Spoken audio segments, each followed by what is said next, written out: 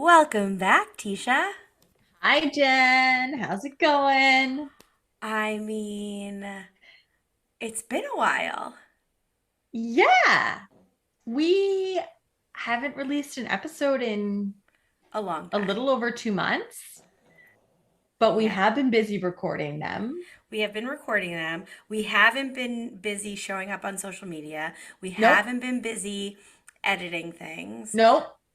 because we talk a lot about self care here. And I think we both needed to prioritize that this summer. And so we did. Yeah. Yeah, And we hope that you did too. yeah.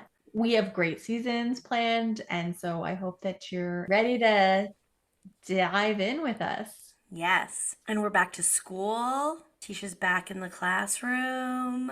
All of our kids are back in school. Are your kids loving it? Mine are actually loving it. This has been the best back to school we've ever had. Oh, beautiful. Yes and no, but we're back. And like extracurriculars are starting. So I think there's been 6 school days now. So we're still finding our rhythm. Oh, yeah, we don't have our And, rhythm yet. but, we'll get there and we'll get there. Yep, we will. I forgot to bring a snack because Wyatt had to go right from school to tutoring. Okay. And I underestimated, like, he rode his bike to school, so he had to ride his bike home to then, like, get in the car and go. And because I didn't just pick him up with his backpack, we didn't have his backpack or his lunch bag. And I was like, well, I'm sure you have food in your lunch bag. He's like, I don't have it. And I was like, oh.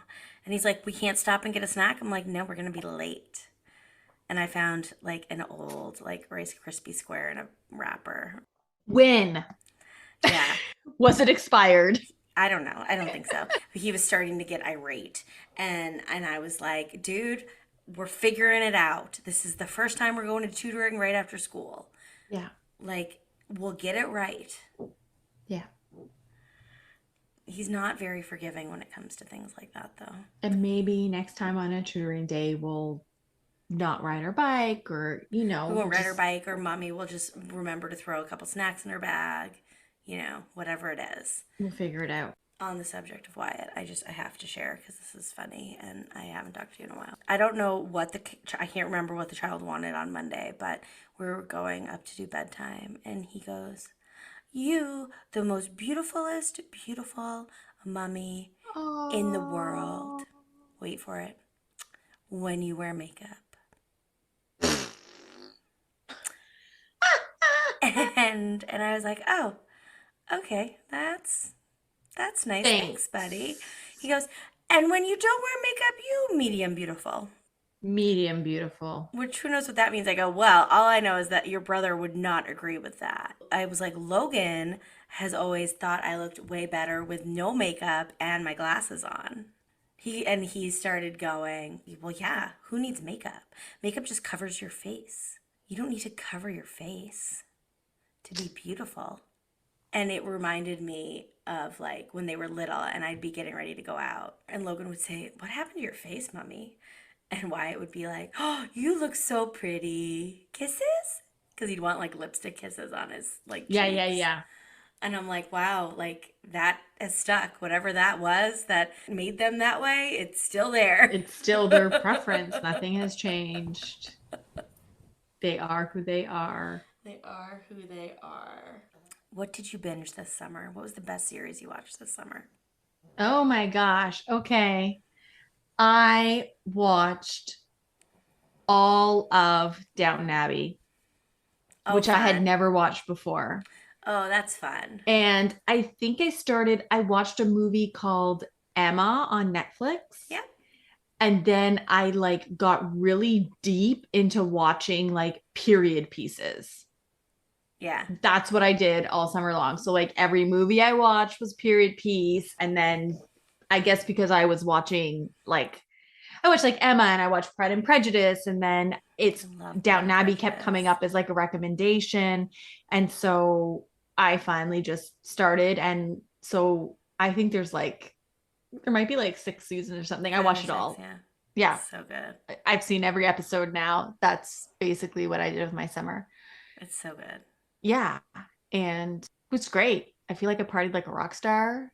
I feel like I was living my best life this summer and like just seeing people again. And I mean, it was great. Yeah. I'm not gonna lie. It was a very different summer than the last 2 years in a You partied very like a rock star? good way. Yeah, I feel like I partied like a rock star. Who can't handle her alcohol?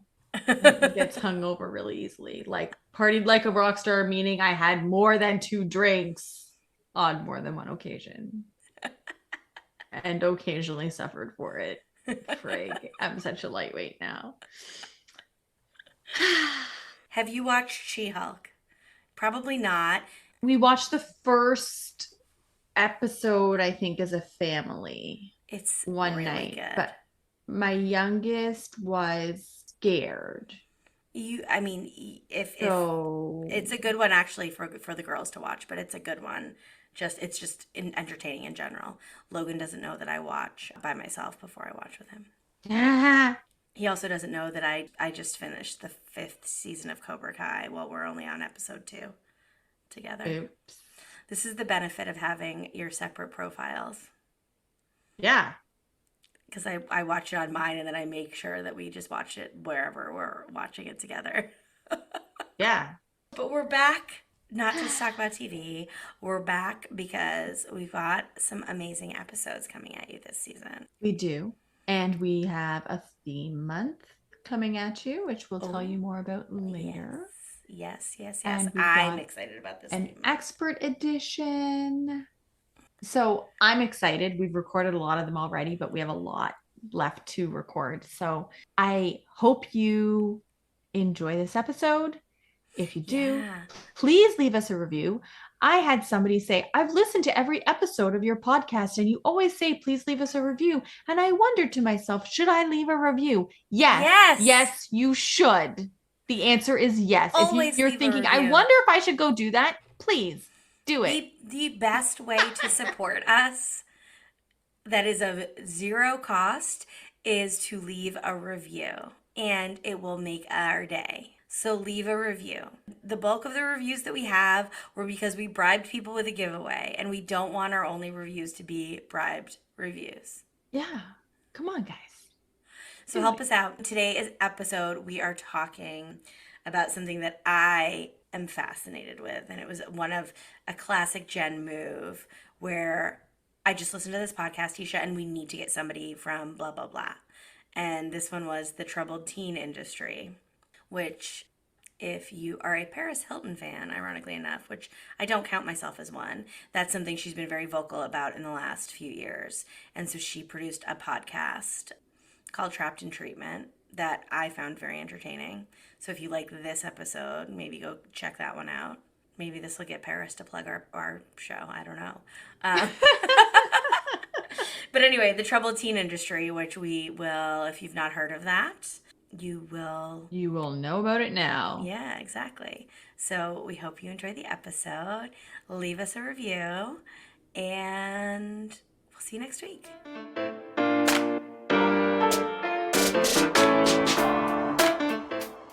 Hi, I'm Jen, and welcome back to the Now What Pod. I'm Tisha. Thank you so much for joining us. We are so excited to introduce you to Diana Nowak. She is a writer, tutor, event coordinator, and she is a survivor of the troubled teen industry living in Chicago. And we are here to talk about the troubled teen industry today. So we'll get into that in a bit. Thank you, Diana. Welcome. Welcome. Thank you again for having me. I'm super excited to talk. We were talking before how I was interested in this industry from some other podcasts that I've listened to. And so our amazing guest finder, Tisha, found you. Yes. Actually, I think, Diana, I found you through a hashtag that you post to. Is it Breaking Cold Silence? Yeah, there's a few organizations: Breaking Code Silence, Unsilenced, ICU Survivor, WASP Survivors, so WWASP Survivors. Yes. Yeah, I was one of the first ones who publicly posted my story. There was like a string of us. And then shortly thereafter was Paris Hilton's documentary, which really like blew it up, which was awesome. Yeah. So not everybody is going to know what the troubled teen industry is.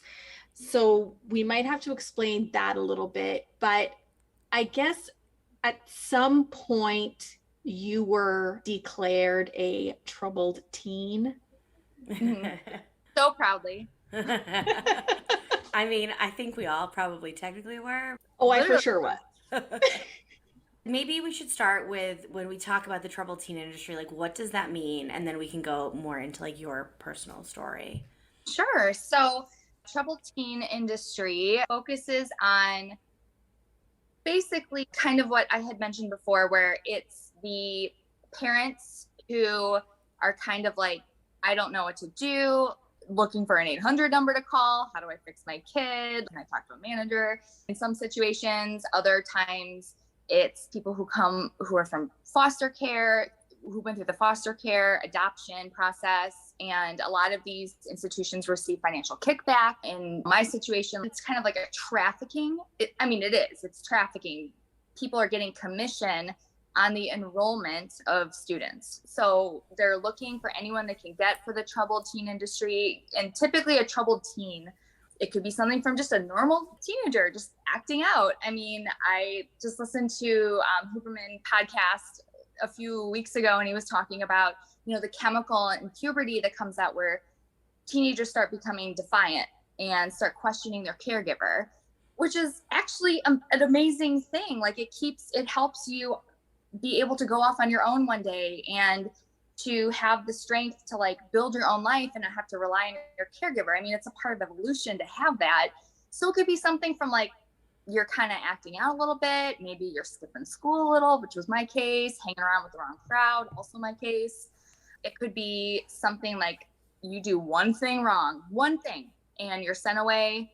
Or it could be you come from very serious trauma and you're not getting the help that you need. So your behavior obviously is going to look different to people because you're processing that trauma as a child, your brain's still forming. So yeah, basically anybody can be a troubled teen now that I think about it. Yeah. Because places will manipulate parents. They will tell you if you don't send your kid here, they're going to die, they're going to overdose, they're going to have a horrible life if they even make it that long. So they really play on parents' fears and insecurities. And they also play on parents feeling like they're not good enough or they're not doing a good job.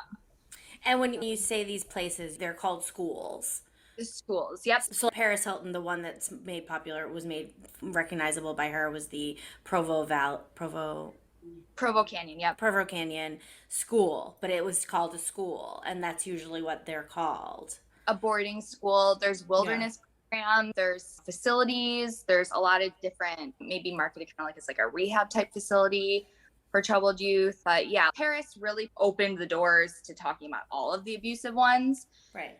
And all of them do have some element of abuse because it's brainwashing. I think what looks really good to parents is that when you brainwash, and I know there's probably a lot of questions on how do you brainwash somebody. When you brainwash a child and you break them down to rebuild them as someone else, they become very robotic and they look like they're listening to their parents. They're listening to their teachers. They're kind of like, emotionless. They're not overreacting. They're not acting out. They're reformed. Yes, exactly. Right? Exactly. And so like all these testimonials, if some of them aren't, I know a lot of them are fake, but like if some of them aren't, it's because the parents and the child believe that they're saved, but in reality, they don't even know like the type of problems that are like brewing with losing your sense of identity while your brain's still forming. It changes your life forever because then you have to rediscover yourself. You lost all those years in your youth in these programs in these schools where you could have been learning who you are, what kind of music you like, what movies you like, things like that. And it just robs you of it. And it's like regressing backwards. And another thing I like to say, like with childhood trauma, is they're so brilliant at this, at doing it. It's like they're creating more trauma in your teens. Yeah. And they want you to be in constant fight or flight in these programs. So you got to like survive. But then it gets you, when you're getting older, it gets you way far away from dealing with that childhood, the root cause of the trauma. So now I feel like I saw an uptick in 2020 with a lot of survivors coming out with their stories and understanding like what grooming was, what different type of abuse was, because we all had to like quarantine inside and like really sit with ourselves and be quiet and speak about that trauma. Right. So into the boarding school trauma, we got to go all the way back now through that trauma and then start focusing on the childhood trauma. So the troubled teen industry from its beginning to now is nothing but a terrible, the worst thing you could do for a youth that's struggling is send them to one of these places, because the complex PTSD that comes from this, like I said, there's no major in school to learn in psychology other than maybe surviving a cult that even like touches on the type of bizarre cult tactics and brainwashing and abuse. So that's why I am so grateful to you for taking interest and bringing these stories out, because it helps us feel validated. It helps us feel heard. We're finding the similarities, and then we can finally have some sort of map to get back to ourselves and find out what we need to heal and what we need to do to move forward to help other people to not have to go through this as well. There are so many things that you've said that really interested me. Like, firstly, it does make so much sense that you have these parents who are struggling with their teenager, that don't know where to go, that don't know how to get through this, that are seeing problematic behaviors, and they go online or they contact these agencies and they're like, oh yeah, it really does sound like she's on the right track. And, you know, like preying on those fears that parents have and making them think, oh, we need to intervene now before something really terrible happens, and convince these parents that sending their children away is the solution and letting somebody else fix them, so to speak. Well, that resonates with me at like, and is petrifying, because I am a solo parent and I have a 10 and a 7-year-old. I mean, I just want to send them away to regular old boarding school half the time. So like when they are in that phase where it's freaking, I feel like shit gets real when you have a teenager, and when your kids don't listen to you, it's the most infuriating thing ever. And it's like, I don't know what to do. So you can see how, especially now with just like a Google search or whatever, I can fix your kid. It's like, okay, fix my kid. I think a lot, at least I was brought up as a kid to be seen and not heard. So it was like, stop feeling your feelings, or stop making a scene, stop, like, you just don't do that. And I listened for the most part enough. But if you're brought up that way, and that now we have these kids that we want them to express their emotions. But I'm always like, not all over me. Don't express it all over me. Don't express them all the time. It's hard. I mean, there's no disputing that parenting is fucking hard. So if somebody is going to pop up in your ads or whatever it is, when you're in it, I can easily see how somebody might do that. And from what I've heard and just listening to you talk, the people selling it are very savvy. Oh yeah. I mean, paperwork wise, we have the script, like the script. It's like a telemarketing. I'm sure. Right? Their income is our enrollment. So they know what they're doing. So what happened in your case? So you said that you were kind of skipping school, maybe hanging out with the wrong crowd. How did you end up being in one of these so-called schools? Yeah. So let's see. I would say it's where it started was I was one of the children that had a childhood trauma. And when I was a toddler, my mother was in the passenger seat, my father was driving, and I was in the back seat in my car seat in the middle. And a man who had history of doing this before, laws were just different back then. They, you know, if you were driving drunk, they take your license away for 6 months and give it back to you. It just, things were different. He blew, going so fast, blew through this red light and T-boned us so hard. We flipped multiple times and landed upside down. Oh my God. And what I saw, like, I will never forget. Like, and that's one of the things that changed my life. And, you know, I like who I am. I like who I am from the beginning of my life, and I like who I am now. But that really was devastating to myself, family, to witness what I did. And this is how I know childhood trauma is so real, because I remember it vividly, the smells, the sounds, everything. And you were so young. Oh my gosh. And like, we don't often have a lot of memories at that age. Oh, well, you know what?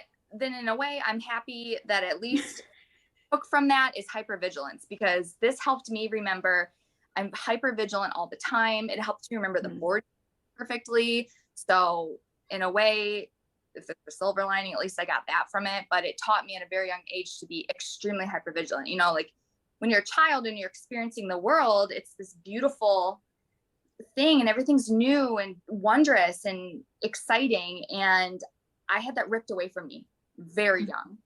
And I witnessed my father die.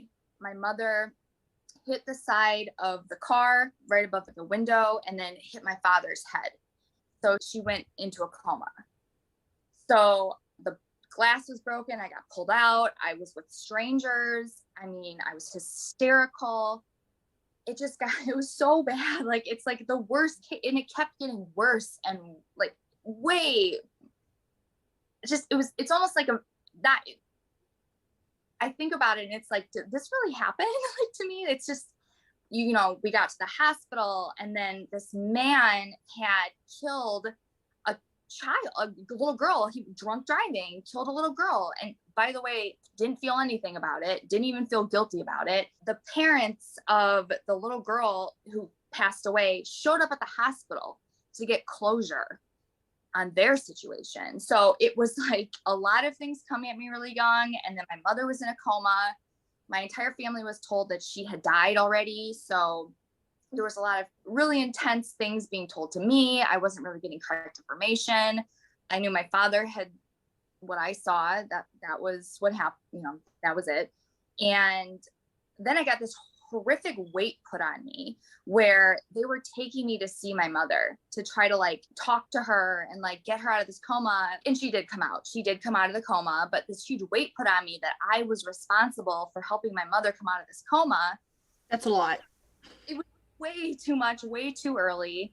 And so that was difficult. And then my mom had the closed head injury, couldn't really do anything. She wasn't the same person that she is now and that she was at the beginning of her life. She, as we all know about closed head injuries, can really change you emotionally, physically, everything for the time that you're, coping and relearning and suffering. And then the man who did it, again, didn't feel guilt for what he did, was harassing my family, trying to get us to not press charges or testify in court, whatever the deal was with that. But yeah, so, I kind of closed the door on that a long time ago. I wouldn't say I made peace with it, but I, kind of just decided to take that and move on and push forward. But that was a really devastating and difficult thing. And then shortly after, I started experiencing flashbacks in my dreams. So I was reliving the car accident.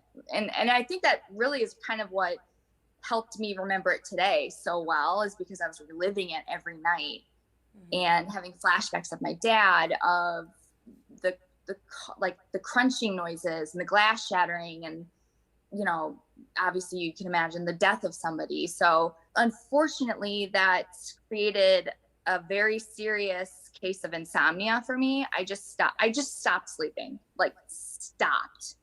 And the doctors, a child, you just stopped sleeping. Yeah.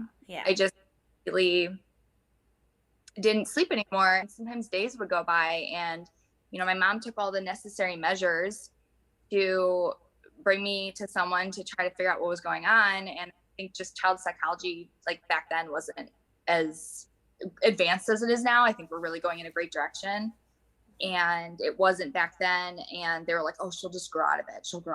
And it didn't. It got really bad. I'm not a doctor, but I know, Tisha, you experienced PTSD. It sounds like that's what was going on. Very much. Yeah. But I think back then they would never think that a child could have PTSD from witnessing a car accident. No. People got PTSD from being in war, and that was about it. Yeah. Yeah, that's how it felt. I went into literature and writing in English, and it felt like a lot of like things that were PTSD related were a lot talked about in like, wartime, and it just finally trickled down and seeing where it affects other people, because when you're a child, it's so easy to be greatly impacted or traumatized by something. So yeah, the sleep stopped, and it stayed that way until 5th grade, when finally they were like, again, they weren't as advanced back then. They're just like, throw her on medication, throw her on pills. And that was, not helpful at all, because it was sedating and it didn't make me feel happy or alive. I just kind of felt like a husk of myself. So that was my first experience with becoming like what I genuinely believed was considered to be like a troubled, me almost a teen, but like a troubled youth. I will say, after the car accident, even in my younger years, I was like, you know what? The world wronged me. It took this from me. I didn't deserve this. All the people I was growing up with had families. I felt wronged. Yeah. And yeah, I have very clear memories of being in 2nd grade and being like, I'm wiser than my teachers. They're trying to tell me what to do. And I was like, I've already seen too much. You can't scare me. Mhm. So I felt that because I was robbed of so much in my childhood, that I was so determined to do it how I wanted to. So I was going to live my life how I wanted to live it, and how I felt might give me back some happiness. But obviously going out and skipping school, or like hanging out with the wrong people and just kind of like being a troublemaker, obviously, again, that's the troubled youth. And also, I wonder, you're saying that they were medicating you, and so you kind of felt like a shell of yourself, and then doing these things that are kind of risky maybe would allow you to feel something. Yeah. Yes, you are so correct. 1000%. Yes, exactly. That is so important to say, because when you've gone through so much and you felt so much, everything after that is not as intense. So you got to feel more. I wanted to feel more. I wanted to feel hurt, but I wanted to feel like elation and like euphoria. I was so hungry to learn more than just heartache and grief. Yeah.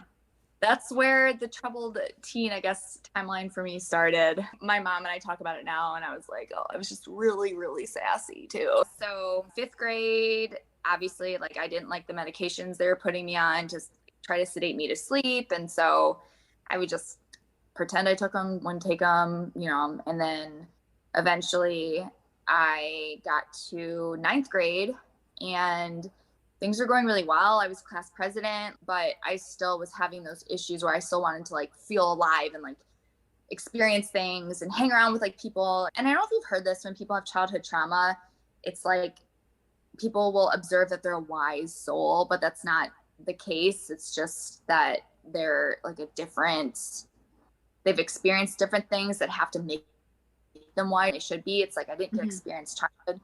So 9th grade, my mom kind of was like, all right, I think I had skipped school the day I went to the school. And these boarding schools sound really fancy. The one I got sent to was Academy at Ivy Ridge in upstate New York. Mm-hmm. And it sounds like nice. And and it's like I said, they're not just targeting one type of income, like people who have money. They're literally targeting people who have nothing. That's how hungry they are for your money. They don't care. They were convinced, like they were having people convince them to remortgage their homes, to spend their entire college tuition fund on the schools, take out loans, which is ridiculous because the school company owns the loan company too. And a lot of families are still financially devastated because of being told that your child needs this or they'll die, and your family's broken. This is gonna fix it. So Academy and Ivy Ridge, very expensive and not worth the money. I'll tell you that. None of these.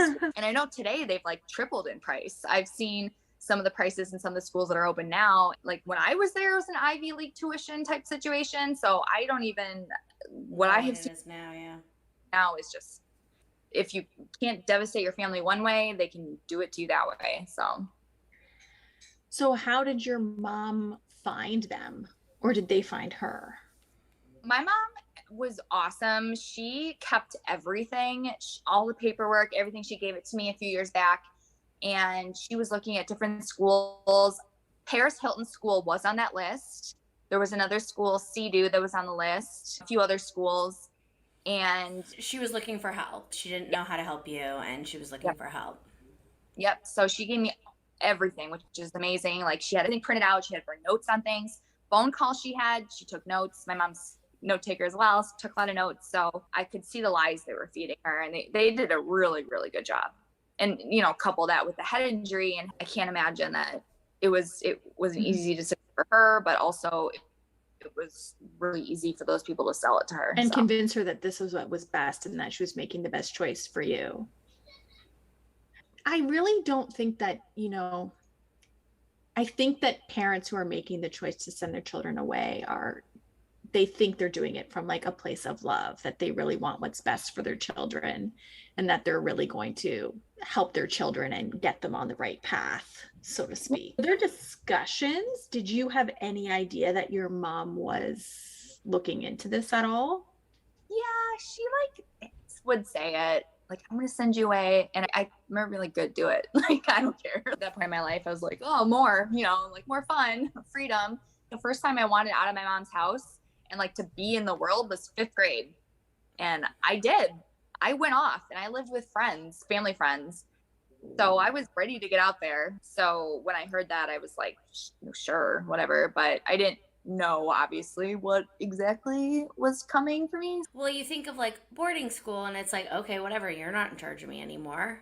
Mm-hmm. Yeah, it was awesome. And I was always up for a new experience. It was only like when I got there that I saw the extent of, I mean, I knew immediately within an hour that this was going to be really bad. Mm-hmm. Right. Do you mind telling us a bit about your experience? Yeah, so there's a few things that come to mind when I think of the school, because people can sit here and say like, oh, these schools are abusive and they're brainwashing. Well, here's some good examples that really like quantify that and kind of paint a better picture, you could say. A few things that I experienced there were sexual abuse. When I came out with that Breaking Code Silence story, I didn't even know I had sexual abuse until later. Like, that's how much, like, I always felt like I was kind of advanced in a lot of things, you know, with like psychology, but it's a lot of learning. I didn't know what grooming was back then.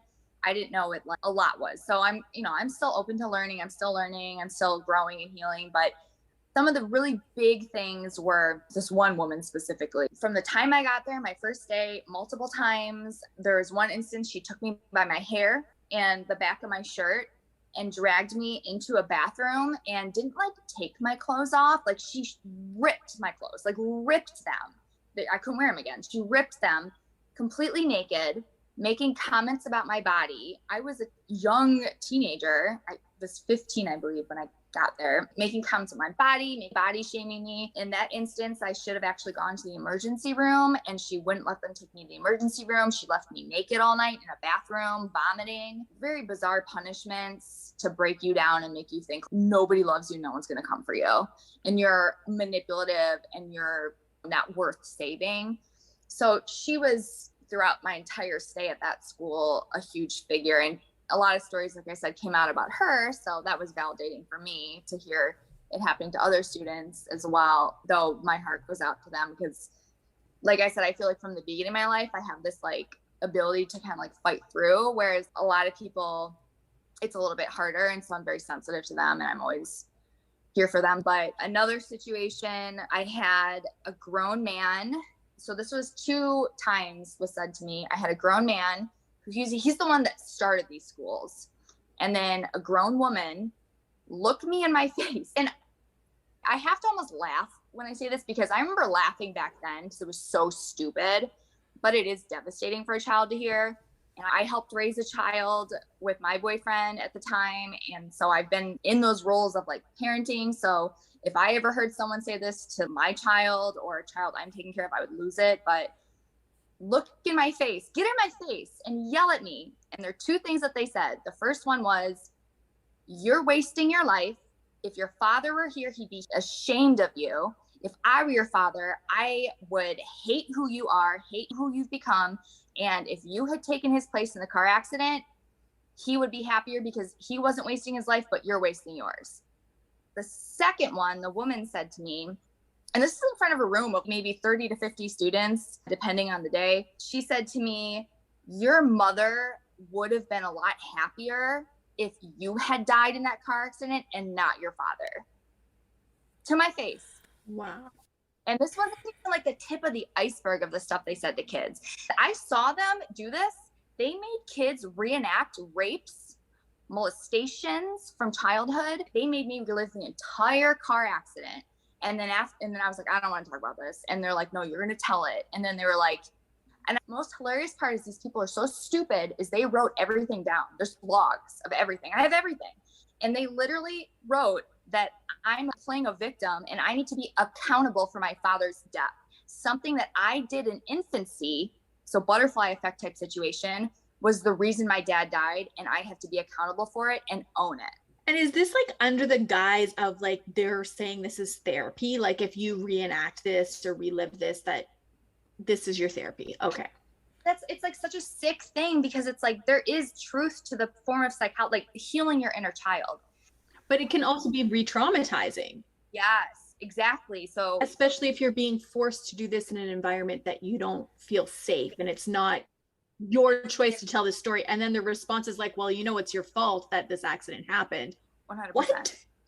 Yep. Well, and that's what sets us up for getting in abusive relationships later. I have done a lot of research and writing on this for almost a decade now, and interviewing. I got staff interviews. That's how dumb, I'm sorry, how dumb these people are. But there is truth to the healing the inner child. There's a lot of forms of psychology that work on like healing and like being a mother figure or father figure or some type of like caregiver to your wounded inner child. There's a lot to that. And that's true. Like I genuinely believe in that type of therapy. They just took it and twisted it in a really sick way, make it more like effective immediately, I guess, like to break you down. Because when you look emotionless, and I've seen this, like kids who come from that school, I remember being in that school and them just looking like dead, like behind the eyes, like just being like not there anymore. So yeah, they took a really legitimate type of useful therapy and twisted it to make it work for them so they could get money, you know, quicker. I think I had mentioned to you, I fought being at this school. I would just go off on them. I'd be like, this is brainwashing. This is a cult. I'm being lied to. This is just, people are just here for money, and just yelling, very defiant. But to a child who hasn't had like the experience that I had growing up where I had to fight, you know, to live, they're very vulnerable, and their abandonment issues. I mean, imagine being just dropped off at a school and then you're gone and you're on your own. If you have these abandonment issues growing up, it's playing on those. So, and if you didn't have them, you might now. When you went to, did your mom bring you to school, or were you like picked up by one of these transport companies? That I am so lucky. I have done research on these transport companies. I luckily did not have that, but those transport stories, they make me like almost sick when I hear them, because they're so horrific. Like they like rip kids out of their beds and yeah. And the kid doesn't know, like, are they being kidnapped? Are they going to get killed? Or, you know, and so they're sometimes for hours in the back of a van, like handcuffed, thinking this is it, I'm going to die. So that is a great way to start the breaking down process, is to immediately, they knew what they were doing. Luckily, I didn't have that. My mom and my family friends dropped me off. I mean, I guess in your case, it makes more sense because you were kind of like, yeah, whatever, I'll go. But so you lived there? About 22 months. What was it like there? I know horrible things happen, but like, did you share a room with other people? Where did you take your meals? Like, I'm just interested in kind of the day-to-day stuff. You know, so they were really good at messing with my sleep, made my sleep way worse. So throughout the night, they would have alarms going off and they'd be screaming, get out of your bunks, get out of your bunks. And you'd run, you know, wake up out of your sleep and you're scared. And then you have to run out into the hallway, you know, if something happens, or if an alarm goes off and then it's like, they're like, just kidding, go back to bed. So my sleep was way worse at that time, because it taught us that we always have to be in fight or flight, even in sleep. So, you know, you get woken up in the morning and you're already on the edge of your seat, you know, you're abandoned, you're miserable. And then the day kind of consists of meals. We were forced to eat. They used food as punishment for us. So in examples for me, if I was being too defiant, I was deprived food. Then they'd use food also as a reward. So it really, if someone didn't come in there with an eating disorder, they left with one, because they would use food to shame you, reward you, and punish you. If you were eating, because you only had like a certain amount of time to eat all your meals, that's not healthy. And then, you'd vomit, and then you'd get thrown in intervention or isolation for the rest of the day, and you have to stare at a wall. It happened to me multiple times. I had to sit in a small room, and I'm telling you, like, very small room, all walls, no window, and stare at a wall for hours, or write essays on why I deserve to be here and why I'm the one who killed my father. I have a lot of those they made me write. Why I destroyed my family, why I don't deserve to live, like all this weird stuff. So you got punished for anything and everything. It was like they enjoyed the embarrassment of us. You kind of go through the day, and I could talk to anybody. Nobody could speak. Speak at all? Nope. You couldn't talk unless you were literally granted permission. So you couldn't speak to each other. So it was just silence all the time. Even to this day, when things are too quiet, I'm waiting for something to happen. Yeah. A lot of us, I think, have issues with exercise because they used exercise as punishment. So one day we'd either be doing these crazy high intensity interval training type drills, or we'd be walking in a box, just walking and pivoting around a box for an hour straight. It's just bizarro world stuff. Did you do math, geography? Did you learn it? Was there any yeah. Curriculum? Yes. Yeah. Maybe because I'm a teacher, I'm interested. Yeah. I mean, I work with kids too, and I'm I don't know how I did it, but there were classes, more with tutors, some were teachers, and then there are also computers. But yeah, there was school, but school's a privilege. So that was hard for me because I really love learning and I love education, but I was not following the rules and being very defiant and openly defiant. So I got punished a lot. So it was almost their form of manipulating me to try to be more compliant, was that I could go to school and learn more. So it was pretty sick. Another big part of this is what they did with medication. So this was pretty triggering for me because of my experience growing up. They invented a fake disorder. I mean, it actually might be a thing, but they just used it on everybody, called oppositional defiance disorder. So being oppositionally defiant. And I got diagnosed with that, of course. So that was their excuse to medicate us. And I know in Paris's documentary, she did a really good job of kind of explaining what it was like being given the pills every day. You think One Flew Over the Cuckoo's Nest, look up your tongue, stuff like that. And we were all trying to find ways to get out and get help, to the outside world, because we were so far away. We were in the middle of nowhere. So some girls would cheek their pills or try to hide them under their tongue, and then they try to overdose to get to a hospital to get help. So it was a line of sedated teenagers, and it was awful, absolutely awful. So that's a huge thing that I think is really important to bring up, is because what they did to me, I want them to be held accountable. I don't ever want a child to go through what happened to me. I was fighting this a lot, and they put me on a very sedating medication. They put me on many medications, and I didn't know the dosage. I didn't know anything. I didn't want to take it. And this is probably the most traumatizing thing that happened to me in this school. Was one day I was I'm not taking this. Makes me feel bad. I'm not going to take it. I want to try to get to a hospital. So I was thinking in my head, oh, if I go off my meds, they'll take me to a hospital, or something. Cause they would threaten us all the time. Oh, if you don't take these pills, we'll shoot it in you with a syringe, or we'll send you to this really bad school in Jamaica where they hit the kids. And so they're always threatening us. But I finally stood up to them, and I was I'm not taking these. And what happened to me, this is probably one of the biggest things that comes back when I sleep, in night terrors. And this was the woman who did my intake, who I had mentioned was sexually abusive. I got knocked out of my chair onto the ground, and I have all the paperwork from the staff members who did this, because they're called statement of facts. So they would write them detailing what happened. They thought it was like for liability wise, but now it's like coming back and haunting them because they wrote these. I got knocked out of my chair and I was 16.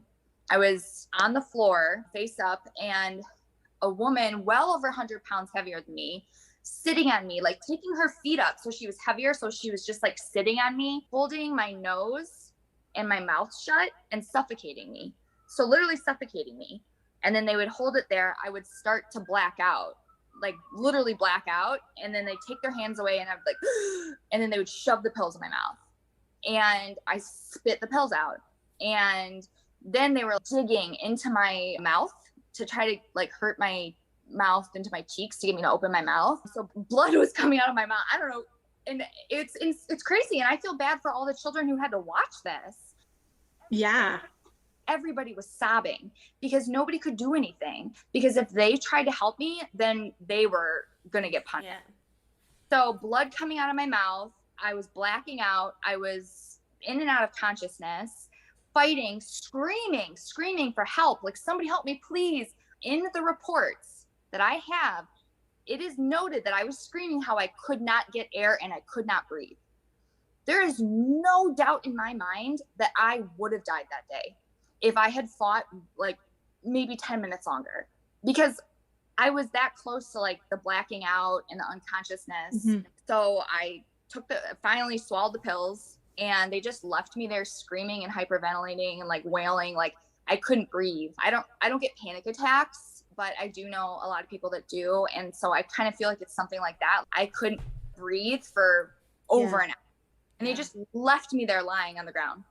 And that situation really sums that school up, where they were with physical abuse, emotional abuse, psychological abuse. Yeah, I took those pills, but I'm pretty sure if I didn't, I would have died. They don't even care how many people are watching. They probably almost want them to watch so that they know what'll happen if they don't do it. Exactly. And they can't say anything because it's going to happen to them. Right. What's even sicker, if you're ready for this, is they wanted the students to believe if they were helping them, that they would be rewarded. They called girls over to hold my legs down and my arms down because I was blacking out and I was flailing, like I couldn't breathe. So they called students over to hold my legs down, hold my arms down, and they were just crying hysterically because they didn't want to do it, but they were forced to do it because staff loved seeing us, you know, in that kind of state. Like, they loved pitting us against each other. That was like their thing. This is all horrifying. So you were in there for 22 months. Did you get to talk to your mother while you were there? Like, they obviously don't let parents come visit. No. I have, like I said, my mom kept everything. Right. She dropped me off, and I have all these emails and like things from her saying like, I dropped my daughter off over a week ago. Why is nobody calling me back? Why is nobody telling me what's going on? Right. Why have my daughter? So obviously the promises they made her in the beginning, they weren't following through. I got to write letters every Sunday, but if I was being defiant, which I was pretty much always doing, then I lost privilege. So then they would just tell your mom she couldn't write her letter because she's being defiant? Yes. So they were really working this to their advantage. Yeah. And I guess they probably read what you wrote. Oh, yes. That's my favorite. I have all my letters I sent home. The actual like letters I sent home where they were blacking stuff out that I said in the letters, cutting it out, highlighting things that looked like and then they would use that as more evidence, like, oh, this is a lie. It wasn't. It was all what was going on. They just were using that like, oh, their daughter's just embellishing or lying. Right. But no. Did she try to get you out before those 22 months? Like, did she make an effort? Like, did she get to a point where she was like, I don't know, that's a long time. It's a really long time. I mean, I know she was going through her own stuff too, but like that's... Well, if they're getting paid to keep you there, they're going to try and keep you there as long as they can. I get that. But I just... And I'm sure that they have strategies. Like, I was reading about the troubled teen industry, and one of the things I was reading was like that sometimes they would tell parents, it's best for you to limit your contact for the first 6 months or something so that we can rehabilitate them, so to Yeah. speak, so that they would almost twist it so that the parents thought they were doing the right thing. There were things that happened where I have, evidence of my mother being like, this isn't right. I remember one email she wrote, she's like, you need to apologize to my daughter for what you did, but they didn't. One of the incidents was before I went to the school, I was told that I needed to get a pelvic exam, and I wasn't sexually active. And my mother said no. I think there was like some back and forth about it because they were trying to like sell it on like a health thing and, manipulating me and my mom to like need it. And then my mom was like, no, like you can't do that. So the day of the exam came and they made me do it. So I was told that I would be punished. Like I would, which is sexual abuse. Like, you are not consenting to this exam. I was not, no, I wasn't. And I had an exam performed on me, and the doctor what they would do is they'd bring like doctors in the town, like into the school and just like have them in a room, and like they'd bring students in and out. And I even remember it was a woman. She was like, this is messed up. Like she even said it. And she's like, I can't continue with this because she's crying and it's clearly very painful for her. So she actually was the one that stopped it. I wish she had done something and said something, and that's kind of like how I feel about all these staff members is they still have the ability. Well, you wonder, they don't have an obligation to report this? Like, you Right? go into this facility as a doctor and they're like, we need you to perform a pelvic exam Or why wasn't against somebody's will? Right? Why wasn't anyone working at Walgreens like filling prescriptions and be like, that's weird. Why are 80 students on Seroquel? You know what I mean? Like, I don't know how they were like getting a kickback too. And that's how I feel about the staff members to this day. Is I would love to get a phone call. I would love to get a phone call from this woman or any of these staff members who abused me, and I would listen quietly. I would love to hear what they have to say after almost 20 years. But my answer to them is, okay, so you make the choice every single day of your life to wake up and not pick up that phone and make a report or with the authorities or say something every day that you wake up, and you don't make a conscious decision to report this, what you know, or to be a better person. Are you volunteering with Planned Parenthood? Are you working with troubled youth? Are you working with like families in crisis? Like, are you working with your local homeless shelter? Like, what are you doing to make up for what you did to us? And none of them are doing it. So I like to hear you apologize, but I don't forgive any of them. No, because they're not doing anything different. They're not helping make the world a better place. Mm-hmm. And, like I said, all these people in this town who maybe didn't know exactly what was going on, but there were like very clear warning signs. There's really no excuse for why nobody picked up the phone and called 911. So I looked up the school. There's a Wikipedia page of your school, and it says that when you're a lower level, you're not allowed to look outside. Yes. Is that true? Yes. We weren't allowed to look anywhere. We had to always look straight ahead at the person's head in front of us. So we walked like in line structure, pivoted around like doors, walls. Oh, here's a great one. We weren't allowed to look outside. And also when male staff members, or because there was a boys' side, if they walked by, we had to put our heads down and say, I'm sorry, or excuse me. So we were shamed constantly. So whenever a man came around, we had to put our heads down. And apologize for just existing. Yeah, or pardon me, excuse me. I was there for 22 months, so you can imagine how many times the rules changed. Still kept the similar format to all the other like WWASP, Worldwide Organization of Seminars and Program Schools. Right. How did you finally get out? Did you like graduate or like? Yeah. So did you get to the top level and like they're like, oh, you're healed?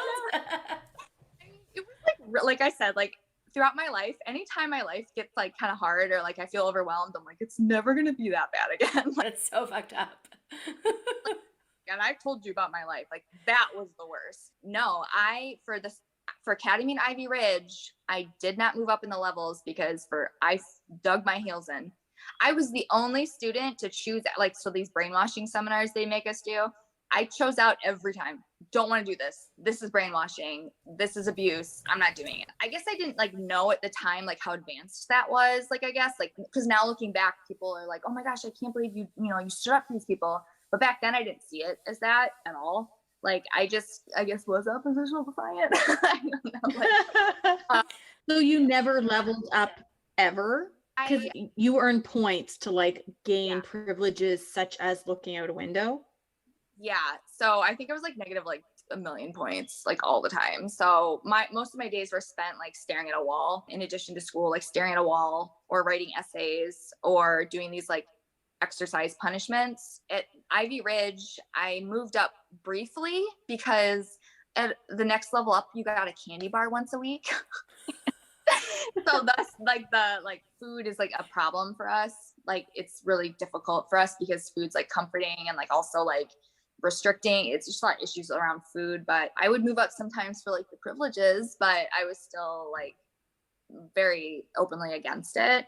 So that could only get you so far. So when I finally left, because my mom was spending so much money and like there was no results. Like, literally, I think I was the one person who was like 0 results. So she was like, oh my gosh, she just took me home and like hoped like I'd grown up a little. And then I got sent back to public school, where I was way worse than I was ever. Like, way, way worse. Really like rule breaking, like, kind of is earlier in my life, but like even more so. I just didn't really, maybe same mentality as after my dad died, is like, I was like, oh, whatever. I'm going to live my life how I want to live it. This bad stuff keeps happening to me, so I'm just going to do what I want. And then I got sent back to another boarding school. But the second one was kind of like, my experience at that school was like, I have, oh my gosh, amazing friends there. It was almost like college dorms because I was almost 18. So I was just a paycheck to them basically. So I kind of like did what I wanted. And still, like, even though like I moved up in the levels, I was 18, so I could do what I wanted. So it was like, I kind of just like lived and hung out there. I graduated early, actually. I moved up with the school. I really pushed myself with school to kind of like pick up like all that I had sadly like fallen back on, picked up on it, graduated early. And I worked at a diner, like gas station, diner, store, restaurant in town. And then had some great roommates, but it wasn't like the same structure. And still, even though like I graduated from that boarding school, it was like a joke in the facility that I was like graduating and I still didn't follow the rules. Like, I broke the rules the whole time I was there. I just didn't believe in the system or the brainwashing. It was another one of those corrective boarding school kind of situations. Yeah, but different because they're all over the country, and one was in the Samoan Islands, one was in Jamaica, one was in Mexico, so they were pretty much all over the world. And then governments in other countries were catching on to it. This is abuse, and they would get shut down, there'd be riots, and then they'd all get sent to the ones in the United States. So it's really interesting, all the ones in the United States open. So yeah, they were like in the same class, but this one was in the Midwest in Iowa, and it was like nothing compared to Ivy Ridge. But I don't want to invalidate anybody's experience in Iowa because, like I said, I was almost 18, so they didn't really care what I did. But to others younger, I can imagine how difficult it was for them having like adhere to rules and the brainwashing seminars and all that. Right. Oh, there's a lot. I know. I'm sorry. There's so much. No, the school in Iowa, was it also like one of those WWASP accredited schools? Yeah, that one's a tough one because my friend group there, which was awesome. You could have friends. You were allowed to talk there. Yes. Yeah. So that's different. It was different when you, especially when I got older to 18, they kind of just were like, do what you want. But the lower levels didn't so much. But sadly, those like brainwashing seminars were still a thing. And then the director of the program, and again, this is like a newer awakening I've had in the last few years. I didn't understand this years ago, and now I do. I didn't know what grooming meant. I didn't really know what narcissists were. I didn't know what like a lot of this stuff was. But the program director that I knew, and I babysat his kids. I hung out with his wife. Like, my friend group and I would like work for him, like, and just hang out with them. I'm not going to say accused because it's what happened. There weren't allegations. Like he was caught abusing girls. Like there were people who came forward in court. So, and I've seen the evidence presented. So I know the truth. I know that it did happen now, but. Was this Midwest Academy? Midwest Academy, yep. Okay. So yeah, I'm glad now that I know. I just didn't really understand what any of those words meant up until maybe like a few years ago. But you weren't raised to be able to properly distinguish anything. Do you know? Like that whole idea of being like wise beyond your years, but it was just by nature of the trauma you experienced, right? But I think that means that adults, whether you were in one of these schools or not, you're not raised and educated in the same way. Yeah. These schools, if you look this up, all attracted predators, many predators, because they knew what they could do.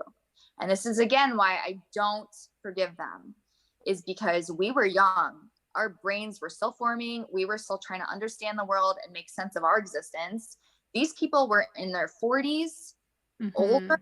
At that point, you know what you're doing.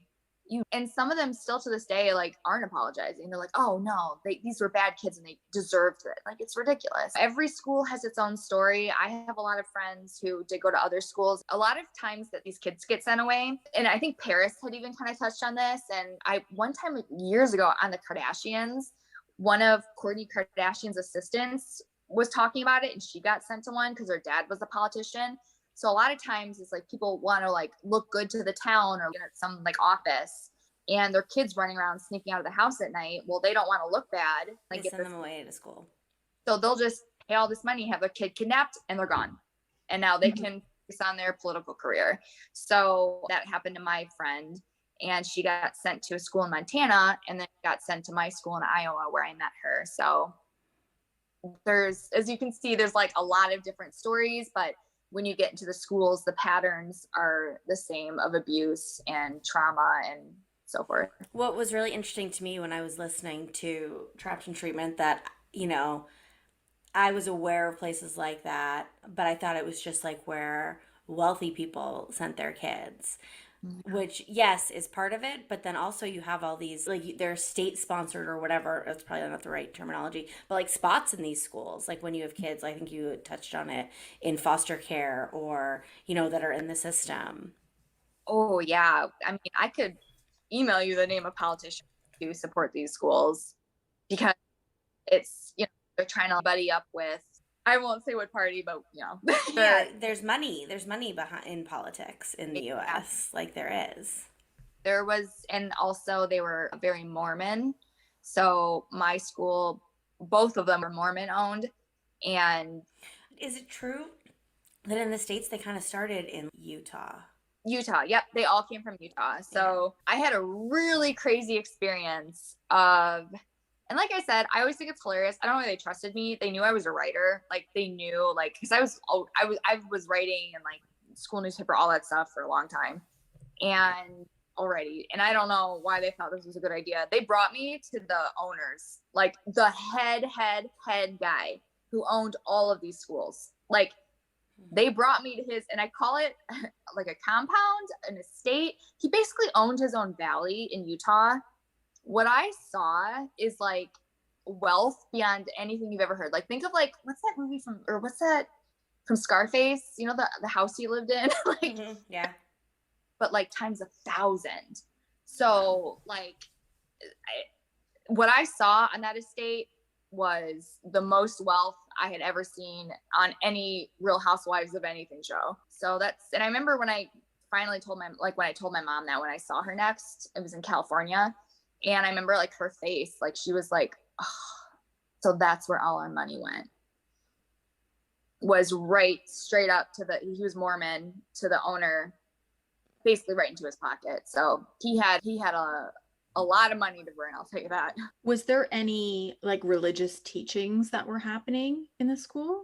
If you got to a higher level, you could go with them to like church and stuff like that. It was so they were homophobic, they transphobic, they would bully you on the basis of your skin color, which, oh my gosh, I had a friend at Ivy Ridge, and she was just abused flat out. And like I said, I did the research, I have the paperwork, everything that was written from her stay there, where she was literally bullied because of her color, like her skin color. I mean, they were like terrible. So if you're, based on your skin, your gender, obviously they like preferred males over females. So if you were like based on your sexuality, they were terrible to you. They would bully you.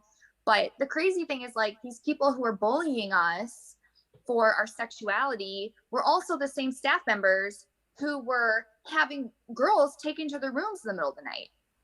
Right. It was sick. They would have other students get girls for them to bring back to their rooms at night. And these women were the same people who were bullying other the students for their sexuality and what they identified as, but they were the ones who were doing these things to children at night behind closed doors. So it's just, like I said, I don't know, with religion, with all that stuff and all that nonsense, but there were elements of it for sure. Right. So one of the things we like to talk about on the show, as you know, it's called the Now What Pod, because we want to know, like, now what? You go to this school, you've had all of this trauma, they send you out into the world, and now what? I mean, how do you begin to process that, heal from that, all of it? Yes, great question. I love that your podcast does this so much. So I can say from my experience that I left the school. So in full, I was at these schools for about 3.5 years. So that's 3.5 years gone. And I got out, and a few months later went straight to college. So that was fun. In a way, I think for a lot of people that'd be really hard and overwhelming.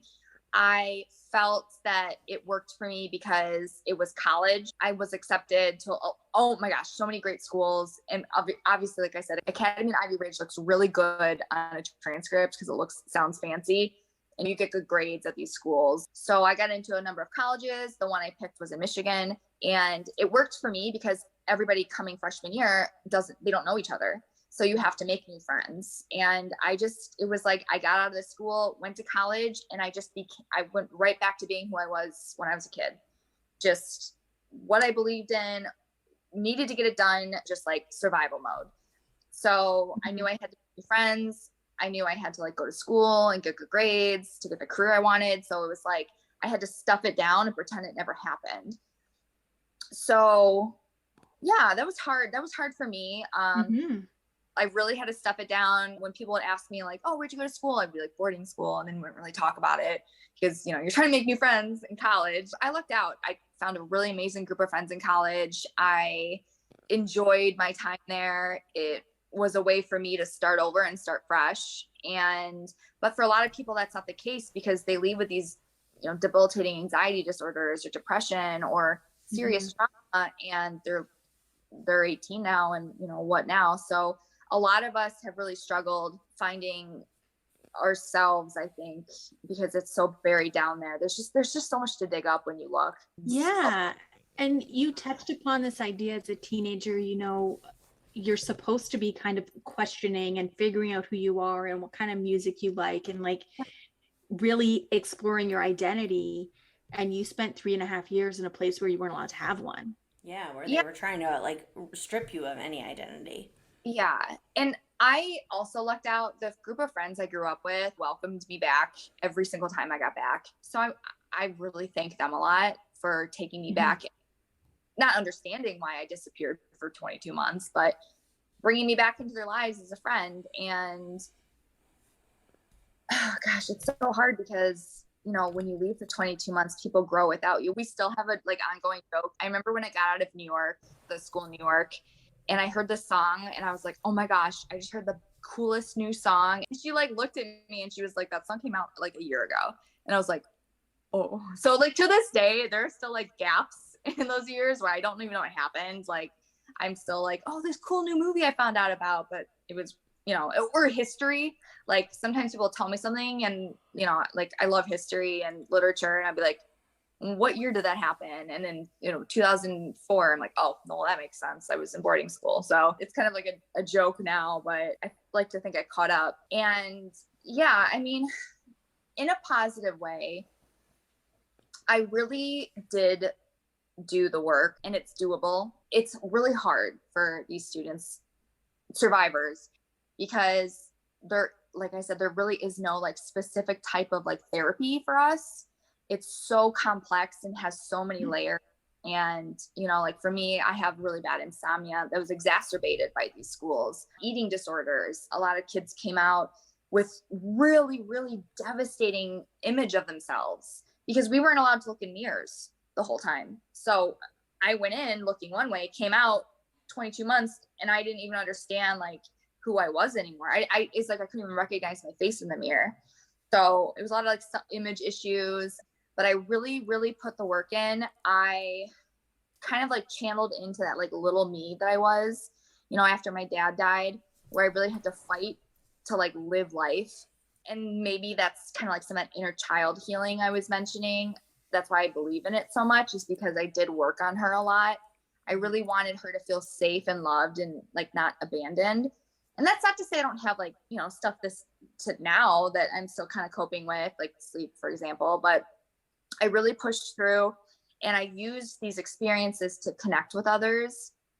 So like I said, like now I think at the beginning I was saying like, oh, nothing offends me. Like I can talk to anybody. And I used that to heal, but also help heal others. I don't know yet if this is healthy or unhealthy, but it's working for me now. But I feel like the way that I have healed the most is by trying to help others heal and like understand what happened to them.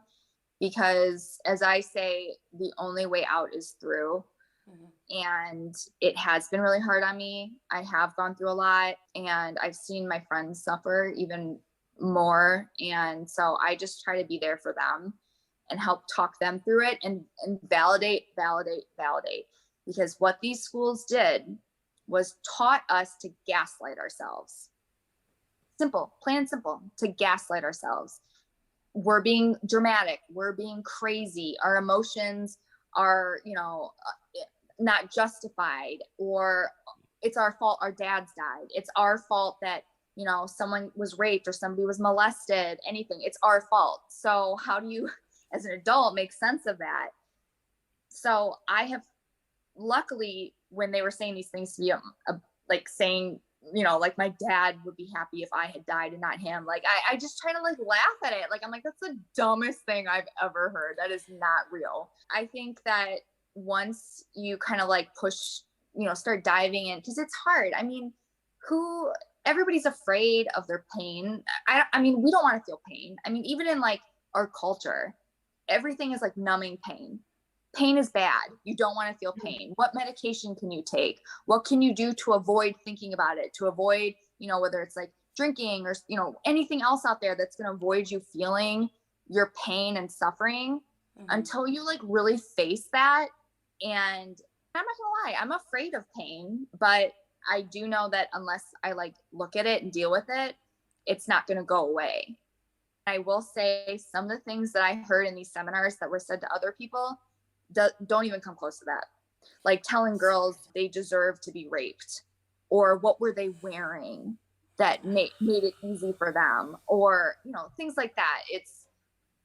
It's just terrible. It's cruel. It's disgusting. It's inhumane. It's barbaric. And the fact that they're training other staff members to say these things. Well, yeah. And just even the fact that these places still exist too is really horrifying. It's good to talk about these things. It's good because the more awareness, the more we can all band together and fight. Because I think the type of personal suffering that comes out of these schools is we're all feeling isolated, abandoned. We don't want to open up. We don't want to open up to anybody, because every time we open up, someone attacks us or says something really hurtful, like that. Or you get sent away again, or or again, or something bad will happen to them. So we're all like really just stuffed down our trauma. But now awareness is coming out, all these documentaries, all these projects. I'm working on a few. I'm a film and then a photography project that's coming out, like an art installation later this year. So the more awareness, the more we can all come together and like help each other to make sense of this and heal. But know that there's no excuse for what happened to us. There's no excuse to send your kids to one of these places if you have the evidence of what it does. Right. But yeah, Jen, you sound like such a great mom. I was like, oh my gosh, I wish you were my mom. Yeah, I love my mom too, but like, I don't know if my kids would agree, but I'm so happy to hear like you would stand up for your kid, because that's the thing. These parents weren't standing up for us. We were on our own. We didn't have anybody in our corner. We had no advocate, none, no advocate. But they were sold a solution where that didn't even give them the opportunity to, or to even know that you need, like, you know what I mean? Like, just coming at it from a parent's point of view, which I feel like we kind of did at the beginning. I would imagine, like, I'm sure there are plenty of situations like the politician's kid that they just wanted him out of the picture so they could do whatever. But I would venture a guess that that was not the majority of the kids that were there, you know? And in my opinion, they were capitalizing on the fact that parenthood is fucking hard. Yeah. And teenagers are hard. And Yeah. that, yes, they're supposed to be, but you know, you get to your wit's end sometimes. Yeah. Like, I mean, I will never send my children to a place like that, but thinking of where somebody might be to get there, I'm petrified that I will feel that way. Be like, oh, I could just go. Well, I think that's like the most amazing thing, like even right now that you're saying, is the fact that you're even thinking about this. You're taking into consideration your child's feelings. Like, you know, and your life is important. Like, that's what it is. It's like, I think my mom felt like she had failed and it was done for her and I was doomed. So it was a desperate, hopeless situation. The piece that's not even being recognized is like the grief that you two both were going through. Yes, exactly. That doesn't go away. In addition to us having to do these brainwashing seminars, they made the parents do them too. Really? So imagine having a grown man getting in your face and telling you the same things that I had just said were told to me, but they would do it to you. But they wouldn't be as hard because you were paying them. That manipulation of maybe making the parents feel like they had created this problem. 100%. Yep. And that it's their fault that their kid is the way that they are. And just like preying on people's insecurities. 100%. I know they did that to people. I know they said, it's your fault your family's broken. Your kid's, you know, some low life scumbag, not amount to anything. How does that make you feel as a parent? Like, you know, what did your parents do to, you know, make you like that? So it's just, it's like the damage that's done. There's like so many layers and generations and like people connected. It's like my friends were affected. I was affected. My family was affected. Everybody was just destroyed by this. And some families have not bounced back. I would say a lot of survivors to this day do not speak to their parents at all. They don't speak. Yeah. I mean, I can see that too. I was going to ask if either of the schools that you went to are still operating. No, they're not. But what these places do, I could even send you like kind of like a diagram. So like Paris, Cedu, Synanon was the first one that started. That was the cult Synanon, which kind of trickled down and created all of these. Though mine are not.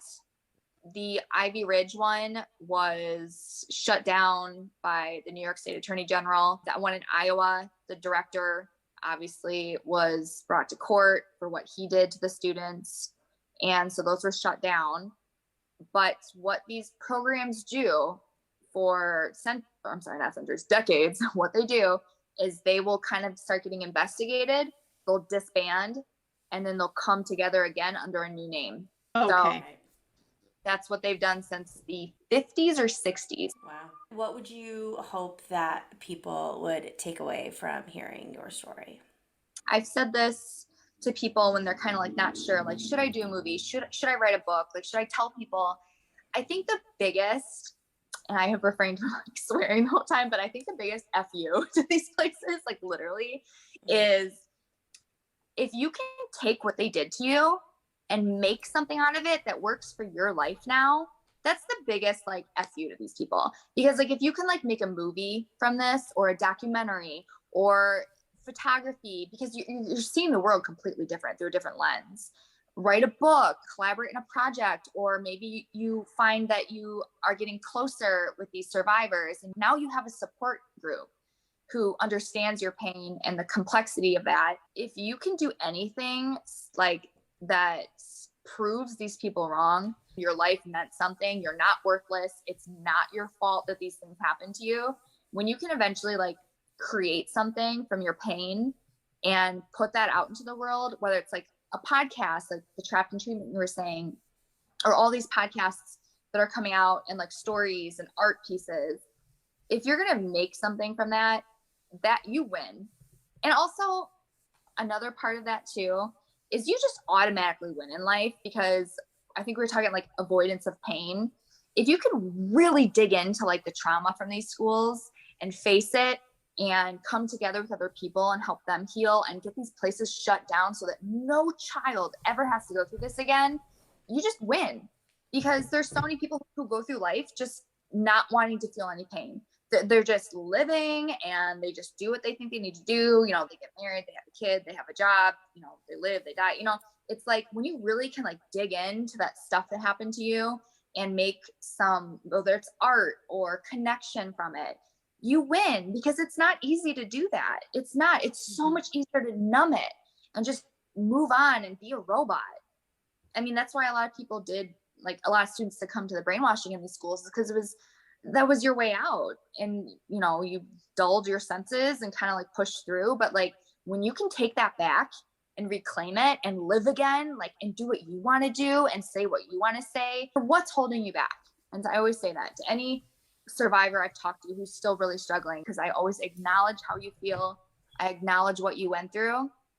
Now that we've acknowledged this, what's stopping you from doing anything, going anywhere, being anything you want to be? Nothing is in your way. Right. So when I celebrate the wins of survivors when they do that, because that is how you conquer these demons and you come out on top. Whereas, like I said, these staff members who did all this stuff, they don't care. I interviewed the staff members who did this to me. Right.